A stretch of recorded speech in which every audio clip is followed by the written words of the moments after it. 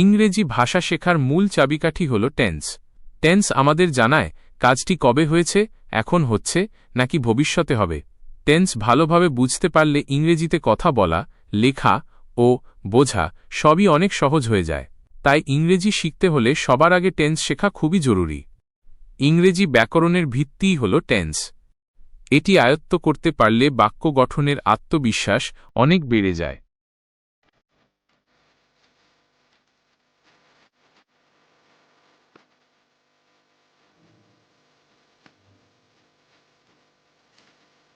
চলুন এবার আমরা জানব টেন্স কাকে বলে। টেন্স হলো এমন একটি নিয়ম যার মাধ্যমে বোঝা যায় কাজটি কখন হচ্ছে। এক্সাম্পল, আমি ভাত খাই, আই ইট রাইস প্রেজেন্ট, আমি ভাত খেয়েছিলাম। আই ইট রাইস পাস্ট, আমি ভাত খাবো, I will eat rice future. তাই আমরা বলতে পারি যে সময়ে কোনো কাজ সম্পন্ন হয়, ঘটে অথবা ঘটার সম্ভাবনা থাকে সেই সময়কে টেন্স বা কাল বলে।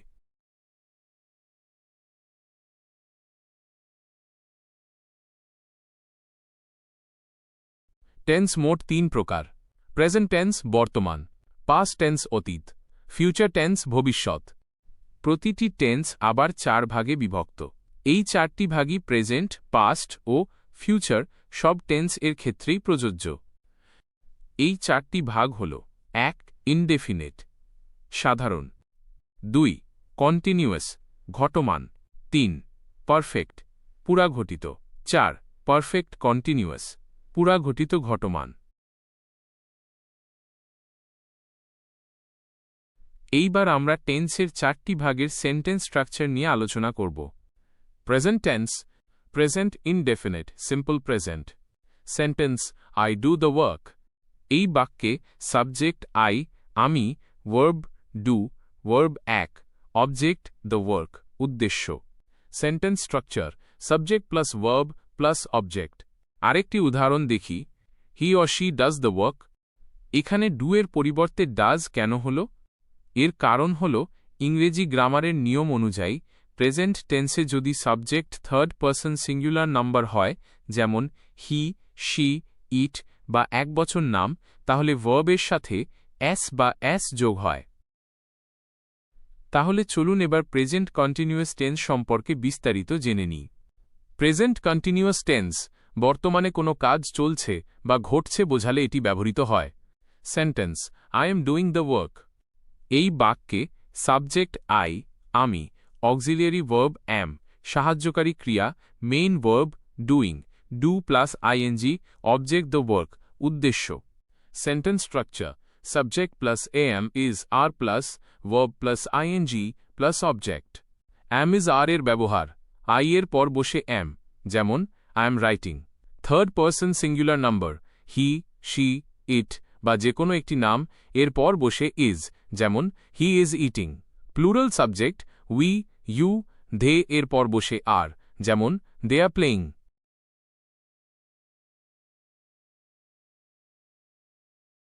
প্রেজেন্ট পারফেক্ট টেন্স, কোনো কাজ এইমাত্র শেষ হয়েছে কিন্তু তার ফল এখনও বর্তমান আছে বোঝালে এটি ব্যবহৃত হয়। Sentence, I have done the work. এই বাক্যে সাবজেক্ট আই, আমি, অক্সিলিয়ারি ভার্ব হ্যাভ, সাহায্যকারী ক্রিয়া মেইন ভার্ব ডান, ভার্বের past participle, object the work উদ্দেশ্য। Sentence structure, subject plus have or has plus past participle of verb plus object. Have or has এর ব্যবহার, subject যদি third person singular number he, she, it বা কোনো নাম হয় তবে হ্যাজ বসে, বাকি সব ক্ষেত্রে I, we, you, they, have বসে। তাহলে চলুন এবার প্রেজেন্ট পারফেক্ট কন্টিনিউয়াস টেন্স নিয়ে বিস্তারিত জেনে নিই। প্রেজেন্ট পারফেক্ট কন্টিনিউয়াস টেন্স কোনো কাজ পূর্বে শুরু হয়ে বর্তমানেও চলছে বা ঘটছে বোঝালে এটি ব্যবহৃত হয়। Sentence, I have been doing the work for 2 hours. এই বাক্যে subject I, auxiliary verb have been, has been, main verb doing, do plus ING, object the work. Time reference, for 2 hours 2 ঘন্টা ধরে। Sentence structure, subject plus have been, has been plus verb plus ING plus object plus since, for plus time. Since এবং ফরের ব্যবহার, since নির্দিষ্ট সময় বোঝাতে, যেমন since morning, since 2010। For সময়ের ব্যাপ্তি বা দীর্ঘক্ষণ বোঝাতে, যেমন ফর 2 আওয়ার্স ফর 5 ডেজ। আমরা সফলভাবে প্রেজেন্ট টেন্সের 4টি ভাগ শেষ করেছি। চলুন এবার পাস্ট টেন্স অতীতকাল নিয়ে আলোচনা শুরু করি। পাস্ট টেন্স বলতে এমন কোনো কাজকে বোঝায় যা অতীত সময়ে সম্পন্ন হয়েছে বা ঘটে গেছে। প্রেজেন্ট টেন্সের মতো পাস্ট টেন্সকেও 4 ভাগে ভাগ করা যায়। 1. Past indefinite simple past. অতীতে কোনো কাজ সাধারণভাবে সম্পন্ন হয়েছিল বোঝালে এটি ব্যবহৃত হয়। Sentence, I did the work. এই বাক্যে সাবজেক্ট আই, ভার্ব ডিড, ভার্বের past form, object the work. Sentence structure, subject plus verb, past form plus object. আরেকটি উদাহরণ দেখি, হি ওয়েন্ট টু স্কুল। সে স্কুলে গিয়েছিল। এখানে গো এর পাস্ট ফর্ম হল ওয়েন্ট। পাস্ট কন্টিনিউয়াস টেন্স অতীতকালে কোনো কাজ কিছুক্ষণ ধরে চলছিল বা ঘটছিল বোঝালে এটি ব্যবহৃত হয়। Sentence, I was doing the work. এই বাক্যে সাবজেক্ট আই, আমি, অক্সিলিয়ারি ভার্ব ওয়াজ, সাহায্যকারী ক্রিয়া, main verb doing, do plus ING, object the work, উদ্দেশ্য। Sentence structure, subject plus was, verb plus ING plus object. Was were এর ব্যবহার, subject যদি singular I, he, she, it বা কোনো নাম হয় তবে ওয়াজ বসে। সাবজেক্ট যদি প্লুরাল উই, ইউ, দে হয় তবে ওয়ার বসে। পাস্ট পারফেক্ট টেন্স, অতীতকালে দুটি কাজ সম্পন্ন হয়ে থাকলে তাদের মধ্যে যেটি আগে ঘটেছিল সেটি বোঝাতে এই টেন্স ব্যবহৃত হয়। Sentence, I had done the work. এই বাক্যে সাবজেক্ট আই, আমি, অক্সিলিয়ারি ভার্ব হ্যাড, সাহায্যকারী ক্রিয়া, মেইন ভার্ব ডান, ভার্বের past participle, object the work, উদ্দেশ্য। Sentence structure, subject plus had plus past participle of verb plus object. মনে রাখবেন এই টেন্সে প্রায় দুটি কাজের উল্লেখ থাকে। যে কাজটি আগে ঘটে সেটির ক্ষেত্রে পাস্ট পারফেক্ট এবং যে কাজটি পরে ঘটে সেটির ক্ষেত্রে পাস্ট ইনডেফিনিট ব্যবহৃত হয়। উদাহরণ দিলে বিষয়টি বুঝতে আরও সুবিধা হবে। The train had left before we reach the station. The train had left, ট্রেনটি আগে ছেড়ে দিয়েছিল, তাই এখানে হ্যাড প্লাস পাস্ট পারফেক্ট বসেছে। উই রিচড দ্য স্টেশন, আমরা স্টেশনে পরে পৌঁছেছিলাম, তাই এখানে পাস্ট ইনডেফিনিট বসেছে। বিফোর মানে হল আগে।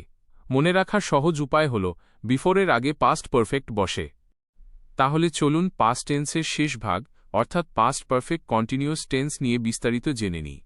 পাস্ট পারফেক্ট কন্টিনিউয়াস টেন্স, অতীতকালে কোনো কাজ শুরু হয়ে দীর্ঘ সময় ধরে চলছিল এবং অন্য একটি কাজ হওয়ার পূর্ব পর্যন্ত সেটি অব্যাহত ছিল বোঝালে এটি ব্যবহৃত হয়।